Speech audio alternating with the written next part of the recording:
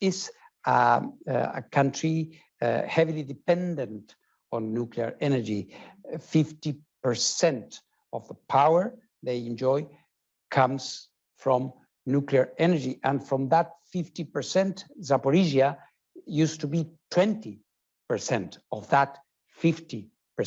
But there are 3 other nuclear sites, Rivne, Khmelnytsky, and South Ukraine. I visited all of them, and we were there, and now we have technical people. And now the IAEA flag, which in this sense represents us all, represents the international community, is proudly flying atop all of these nuclear facilities at the request of President Zelensky.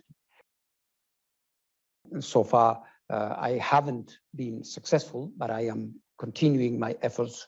I'm trying to establish some sort of agreement on protecting the plant from attacks. The plant has been shelled. There has been bombing. Crazy as this may sound, there has been shelling of a nuclear power plant more than once. And not only that, there has been other forms of aggression in the way of interrupting or cutting off the outside power. You know that when a nuclear power plant, you know it from your current responsibilities, nuclear power plant loses cooling function, you can have a meltdown of the reactors, as simple as that.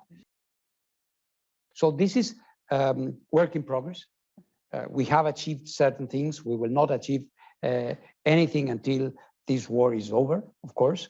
But in our particular case, till we can say, well, this incredible thing happened to all of us, and we could navigate it without a major radiological emergency, a major nuclear accident, which this time, and this is another big difference, this time will not be the result like Chernobyl of an opaque and aberrational system like the Soviet used to be. We should never forget that here we are not in a post-war, post-conflict situation like the one you can perhaps intuitively try to compare this with Iraq, for example. Here you're dealing with a sovereign nation in times of peace, and whatever you do there, it has to be agreed with the government.